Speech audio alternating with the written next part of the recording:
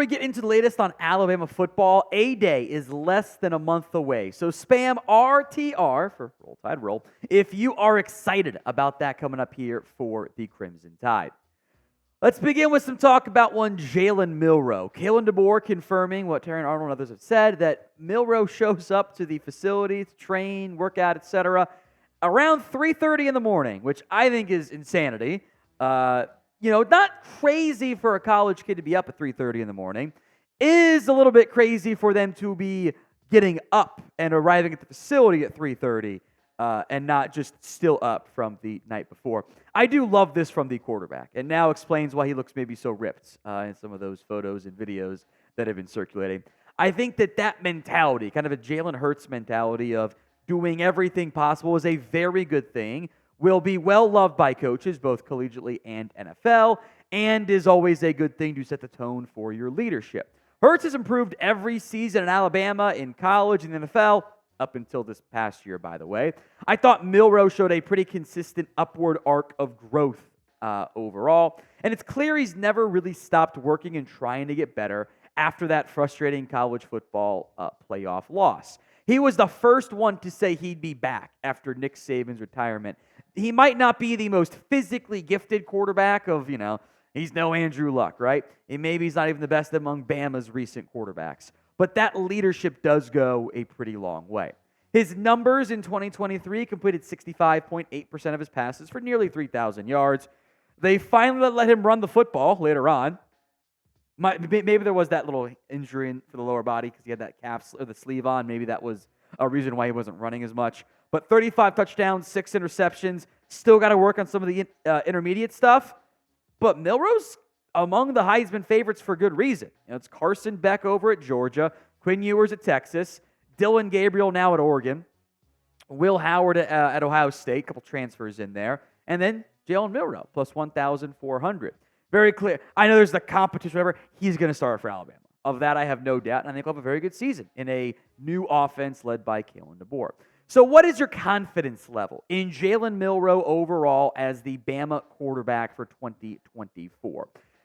It's the pinned comment on today's video, so if the ad happens to come here on the YouTube side of things, take advantage of it. Head down there and let me know. The scale is 1 to 10, 1 the low end, 10 the high end. Ignore that ad and go vote at the pinned comment. We have some new contract updates for you. Well, new, as the Board of Trustees for Alabama is going to meet on Monday to approve Kalen DeBoer's contract, plus 13 other assistants, and then they'll eventually get to Nate Oates' new deal as well. It's funny to me, because they're already all getting paid, obviously. Only in major collegiate sports do you have a contract for someone who's coaching, doing a job already. Is it technically approved by the university? What are they going to do? What are they going to say? No, it's not approved? It's just the weird formality timing of it all that is sometimes confusing, and yet people try to use Board of Trustees meetings as evidence of they're going to hire a new coach now. No, it's not how it operates. Remember what Pete Thamel had previously reported, that Washington had a strong push to keep Kalen DeBoer to make him one of the country's top 10 coaches. They offered to double his current base of $4.2 million before bonuses. Now, I think that Bama is probably paying Kalen DeBoer a little bit more than what Washington was going to. So if the Huskies offered about $8 million, what was Bama's offer? And I do think, by the way, that the assistant coaching pool probably went up as well, and that was probably a factor for DeBoer. Reminder that Nick Saban made about $11.4 million in 2023, which you could argue wasn't enough that they were paying him. You could argue it was even more from that perspective. Now, of note, and this is, I think, a good answer for how much he's really the rough of what he's making here, Michael Casagrande reports that Alabama's trustees not formally approved it, whatever. However, financial records show that he was paid a little over $800,000 in February. That would work out to an annual salary of just over $10 million, somewhere in that range. You might even see one of those, it's not 10, 10, 10, up to like 10, 11, 12, 13 type of deals. You get more as you go along there. So I think somewhere in that range is probably what you're paying Kalen DeBoer. So with that information in mind, what do you think the magical number is that DeBoer is making in Alabama? Sound off with your predictions for me in the comments section. Couple recruiting or at least a recruiting update for you guys here. 5-star quarterback Julian Lewis, a.k.a. Juju, plans to return to Alabama in April. He had visited back on March 8th with the team, and this is clearly one of the top targets for the Crimson Tide, despite his current commitment to USC, with maybe some uncertainty around just how good Lincoln Riley is going to be. We'll see how he does this year, because that offense was not very good last year. It was Caleb Williams, go do stuff. I hated the structure of it. It was not a normal Lincoln Riley offense. Lewis is a 5-star recruit out of Georgia, by the way, which I think does matter here. Number 9 overall, the number 3 player from the state, and the number 2 ranked quarterback. Of note, he, was high school teammates with one Caleb Odom, who I'm sure is trying to recruit Lewis to join him at Alabama. Here's what Julian Lewis said on the differences in some recent Bama practices.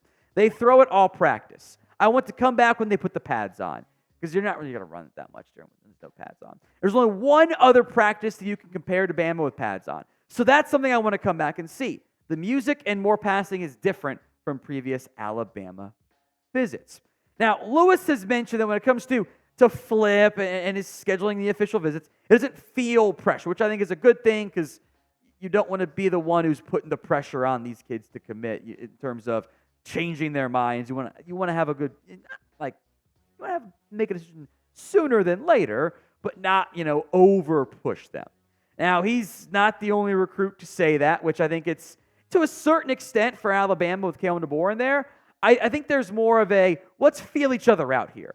Because I'm in a new spot, you're visiting us when there's a new coach there. Let's see how this all kind of plays out. I think DeBoer is coming off as fairly genuine to recruit, which I do think matters. I do think is a big deal for the Crimson Tide, because you want to make sure people like your new coach and that he's not just selling you empty falsehoods. We've seen that with coaches before. They tend to not last very long at one spot or even at the head coaching level.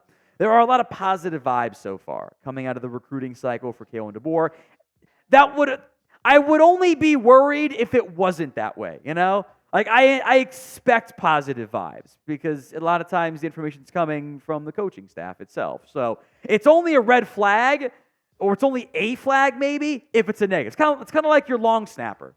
You never want to mention the long snapper's name. You only want to have positive things said about the recruiting. Otherwise, it's kind of a big red flag. So if you want Julian Lewis to flip to Alabama, spam Juju in the comment section for if and when he's searching his own name on social media. We will have more Bama football YouTube videos for you, especially now with free agency kind of dying down here at Chat Sports. Hit that sub button right now, youtube.com/RollTideTV.